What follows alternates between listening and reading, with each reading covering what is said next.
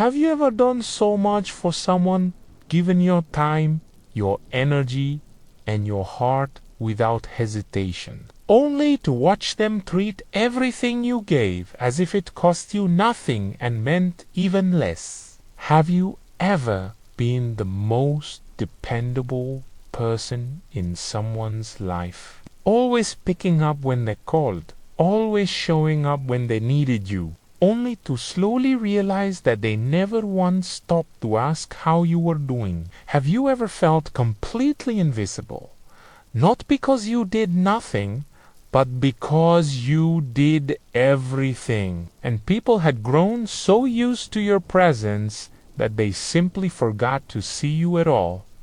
If yes, then this story is for you. Once upon a time, in a quiet village, surrounded by gentle hills and wide open fields, there lived a man named Amir, a carpenter by trade and a giver by nature. A man whose door was always open and whose hands were always ready to help anyone who needed them. Amir was the kind of man the whole village relied on without even thinking about it. If someone's cart broke down on the road, they called Amir.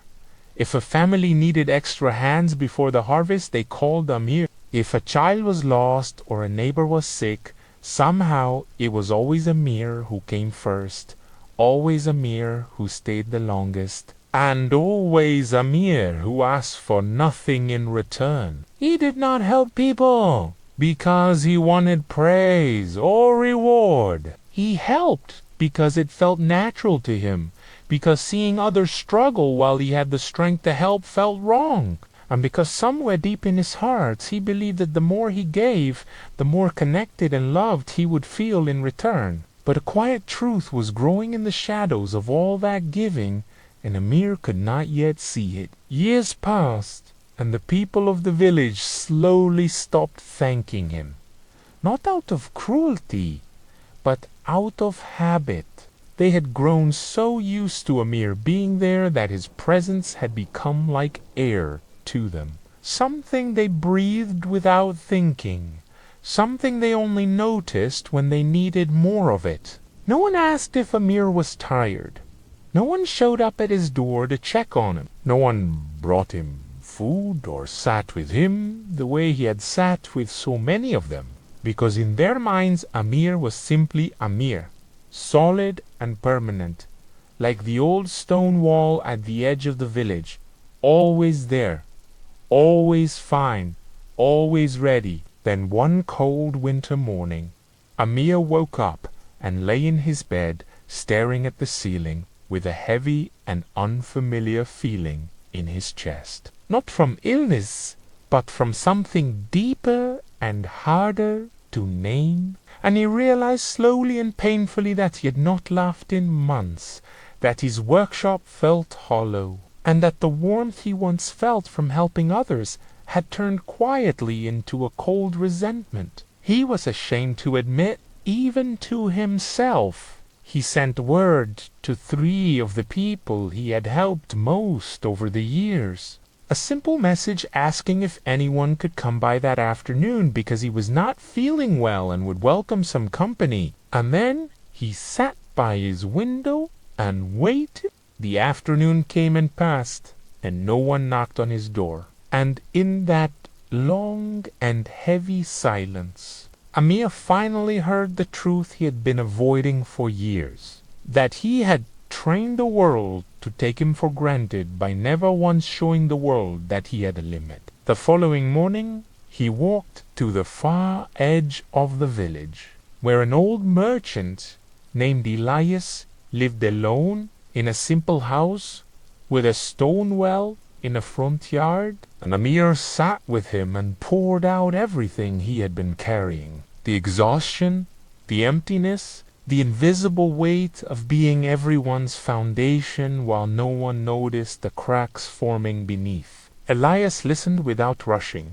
and when Amir finished, he walked him slowly to the well in the yard, looked down into the still dark water, and spoke in a low and unhurried voice. "Tell me honestly," Elias said, "when did you last think about this?" "Well, not to use it, but simply to feel grateful that it exists here. Amir was quiet for a moment before admitting that he never truly had. That is exactly how the village thinks of you, Ilya said, turning to face him with calm and steady eyes. Not because they are cruel people, but because you've always been full, always available, always giving without pause. And when something is always there and always full, the human heart forgets to feel grateful for it.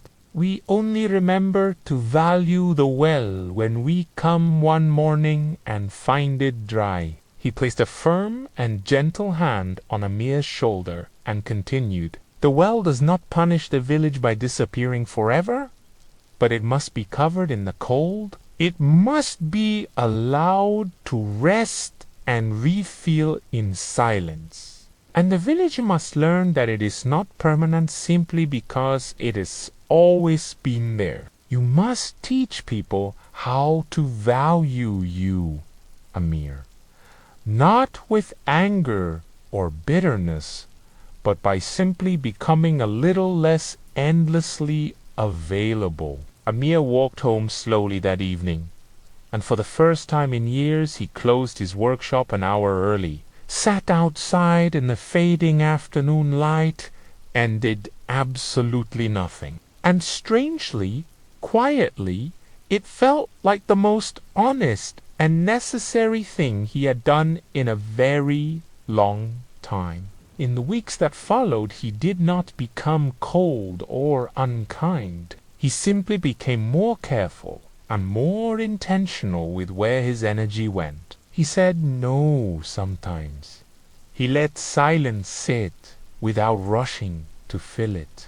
And he began to give to himself the same steady care he had always given so freely to everyone else. And gradually, the village began to notice his absence the way you notice a light only after it dims. They started asking about him, checking on him, showing up at his door the way he had always shown up at theirs. And the respect in their eyes was different now, warmer and more conscious, because they understood for the first time that Amir's presence in their lives was a gift, not a guarantee. So, my friend, if you have been living like Amir, always giving, always showing up, always making life easier for everyone around you while quietly carrying your own weight alone, then hear this clearly today. Being a good person and being taken for granted are not the same thing, and you do not have to vanish completely to be appreciated. But you do have to stop being endlessly available, because people will only begin to truly value what you bring when they understand that what you bring can no longer be taken without thought. Protect your energy the way a well protects its water. Give generously, but also rest, refill, and remember that you deserve the same kindness and care that you have always given so quietly and so faithfully to everyone else. If this story touched your heart, subscribe to Tailies with English, where every story helps you learn English and learn life.